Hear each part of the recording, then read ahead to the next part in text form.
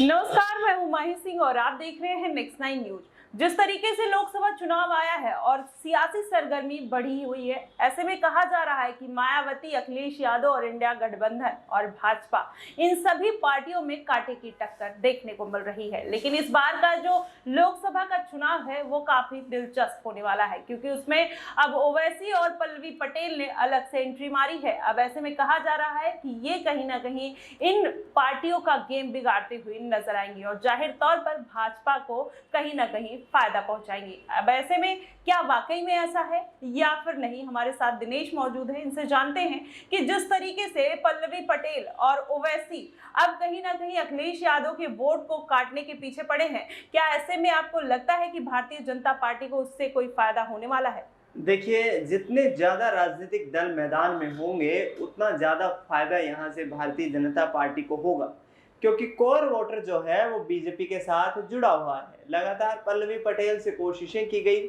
कि वो गठबंधन में रहे अखिलेश यादव के साथ। जिस तरीके से लगातार सरकार से सवाल पूछती रही हैं, विपक्ष की भूमिका में रही हैं और लगातार कहीं ना कहीं अखिलेश यादव के कदम से कदम मिला करके चलती रही हैं। ऐसे में 2 सीटें देने को यहाँ पर अखिलेश यादव भी तैयार थे, लेकिन राज्यसभा के चुनाव जो उत्तर प्रदेश में हुआ वहां से समीकरण बदल गए। अखिलेश यादव के उम्मीदवारों को वोट न देने के कारण दोनों के बीच सियासी तल्खी देखने को मिली। डिंपल यादव से भी मुलाकात पल्लवी पटेल ने की और उस दौरान कहीं ना कहीं डैमेज कंट्रोल करने की कोशिशें की गई, लेकिन इस बीच ओवैसी की एंट्री होती है, क्योंकि उस दौरान कहा जा रहा था कि शिवपाल यादव और डिंपल यादव की जो मुलाकात हुई है उसके बाद कहीं ना कहीं पल्लवी पटेल को मनाने की कोशिशें की जा रही है। लेकिन ओवैसी की एंट्री के बाद जिस तरीके से एक संजीवनी मिली यहाँ पर पल्लवी पटेल को, क्योंकि मुस्लिम वोट बैंक में कुछ हद तक जो है कहीं ना कहीं वृद्धि देखने को मिलेगी और आने वाले वक्त में ये फायदा भी हो सकता है। लेकिन ओवैसी के आने से कहीं ना कहीं अपने आप को सियासी रूप से मजबूत देखने लगी यहाँ पर पल्लवी पटेल, और इसी का नतीजा ये है कि अब अखिलेश यादव के सामने चुनौती देती हुई नजर आ रही है और चुनावी ताल ठोकती हुई नजर आ रही है। जी बिल्कुल, एक छोटा सा दिनेश और मेरा सवाल रहेगा कि जिस तरीके से आप मुस्लिम कार्ड देखिए, मायावती, चंद्रशेखर आजाद, आकाश आनंद और पल्लवी और अब ओवैसी भी हैं और अखिलेश यादव तो पहले भी मुस्लिम कार्ड खेलते थे। अब ऐसे में आपको क्या लग रहा है कि इन सभी पार्टियों में किसका पलड़ा भारी रहने वाला है? देखिए, फिलहाल इस पूरे समीकरण को देखा जाए तो भारतीय जनता पार्टी का पलड़ा भारी दिखाई दे रहा है, क्योंकि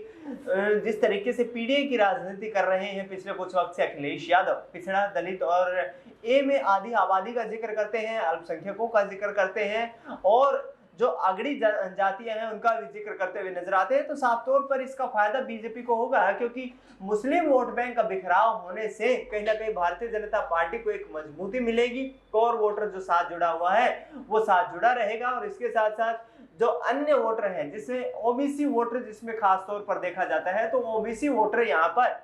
अखिलेश यादव और पल्लवी पटेल के बीच में जो है बिखरता हुआ नजर आ सकता है। और ओवैसी के आने के साथ साथ कहीं ना कहीं जिस तरीके से वो मुस्लिमों की नुमाइंदगी की बात करते हैं, इसका फायदा पल्लवी पटेल और कहीं ना कहीं बीजेपी को मिलता हुआ नजर आ सकता है। जी बिल्कुल, जिस तरीके से आपने बताया ओवैसी इस जंग में कूद पड़े हैं, वैसे में पल्लवी पटेल को तो फायदा दिखाते हुए तो नजर आ रहे हैं, लेकिन कहा जा रहा है कि वो कहीं ना कहीं इनडायरेक्टली भाजपा को भी फायदा पहुंचा रहे हैं और अखिलेश यादव को इससे खासा नुकसान देखने को मिल रहा है। अब देखना होगा कि अखिलेश यादव की हालत इस लोकसभा चुनाव में क्या होने वाली है। फिलहाल आपकी इस पे क्या प्रतिक्रिया बनेगी, आप हमें कमेंट बॉक्स में जरूर बताइएगा। फिलहाल के लिए बस इतना ही। देश और दुनिया की तमाम खबरों के लिए हमारे साथ बने रहिए नेक्स्ट 9 न्यूज।